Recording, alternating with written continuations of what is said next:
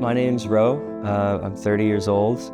I'm an AI researcher, and I kind of went down the Bang Olufsen rabbit hole after my first purchase of Bang Olufsen headphones. And I thought I knew what good headphones sounded like, but then getting the H95s kind of changed that a lot for me, in part because I found that when you're listening to even your favorite tracks that you've listened to like a million times, you listen to them and you discover parts of the song that you didn't even know were there, things that just make you appreciate the song even more. Eventually, that kind of led me down the next rabbit hole of Bang & Olufsen speakers.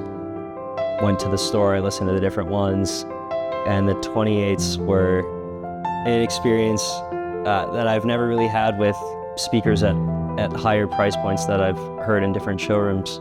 The way that I would describe the 28s, and I think the main thing that really won me over with their sound, was how pure of a sound it is and how wide the sound stage is.